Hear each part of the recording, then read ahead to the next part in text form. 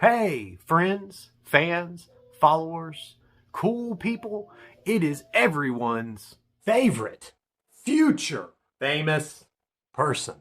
Joey Jones, your content king, reporting in after NAWA Classic show and the biggest one of the season, the Instant Classic, with yet another Krash Korse. So, this one was huge. There were 7 matches. We need to get to it now so I don't run out of time. Our first match of the night was between Aaron Dallas, the Rome Heritage Champion, Rob Adonis, the It Factor, and Zach Buchanan, the Shooter. It was a massive match, lots of big moves, but Rob Adonis spent most of it out on the floor. He said something about how he didn't think Dillard's was a very good venue, so I guess he was just doing an inspection. Ultimately, the Heritage Champ held on to his title with a steel toe, and that was all she wrote. The match was over and he retained.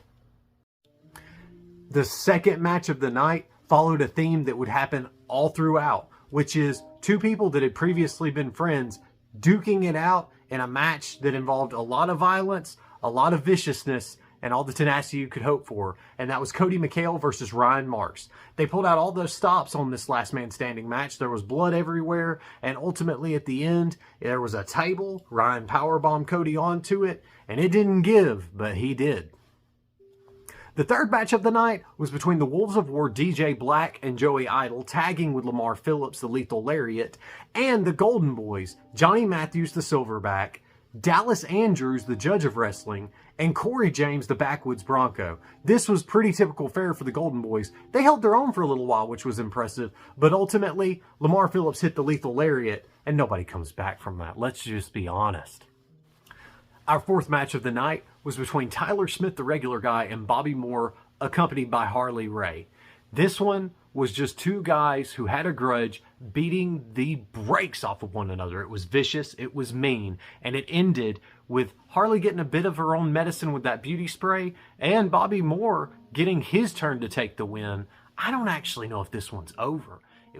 Match number 5 was between the Rebellion and the Southern Express. Now, the Rebellion had the tag team titles, but Southern Express owned them. The match was to figure out who the rightful possessors of the titles were, and Southern Express did what they always do. They took the Rebellion for a rough ride and ultimately left with those titles and had the Rebellion laying in the ring wishing they hadn't stolen them in the first place. Our final match of the night was a culmination of all that Tim Possible had been through to get to be able to face Chris Kamikaze for that title he wears around his waist. That would be the world title for NAWA Classic. It was a phenomenal match. It was a no disqualification match. They used chairs, they used the posts, they did everything to one another.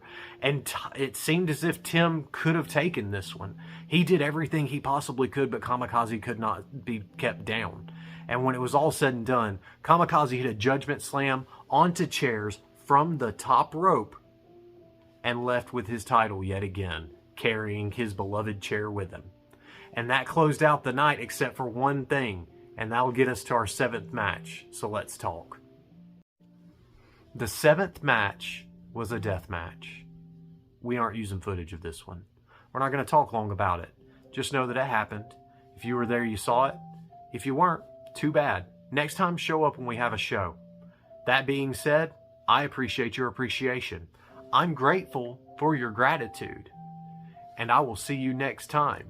So ladies and gentlemen, if you will do me a favor, please like, subscribe, and if you will, ring the bell.